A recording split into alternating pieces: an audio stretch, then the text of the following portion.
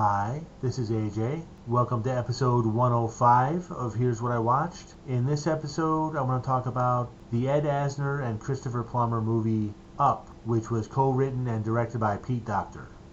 I like this movie a lot. I definitely recommend it. I've seen it before, but I was in a mood for a pick-me-up, so I decided to rewatch it, and now I'd like to talk about it.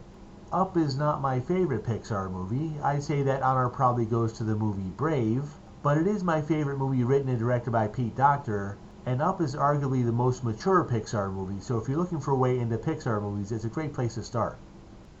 And what the movie's about, it's about a widower, and the first 10 minutes of the movie shows you how he becomes a widower. You see him as a young boy meeting a girl in an abandoned house. They bond over their shared love of adventure. They become friends, they eventually marry and buy the house and renovate it, and they have this whole life together there. They never do have children of their own, but they grow old together, and eventually you see him losing her. It's pretty heavy stuff, and by the time you get to minute 11, you're where he's at mentally and emotionally.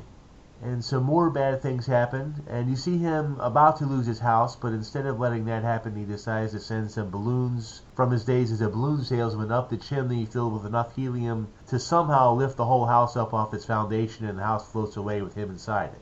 And when his wife was a little girl, her dream was to somehow get this house to a specific spot in South America where she could have adventures of her own there, and she never let go of that dream.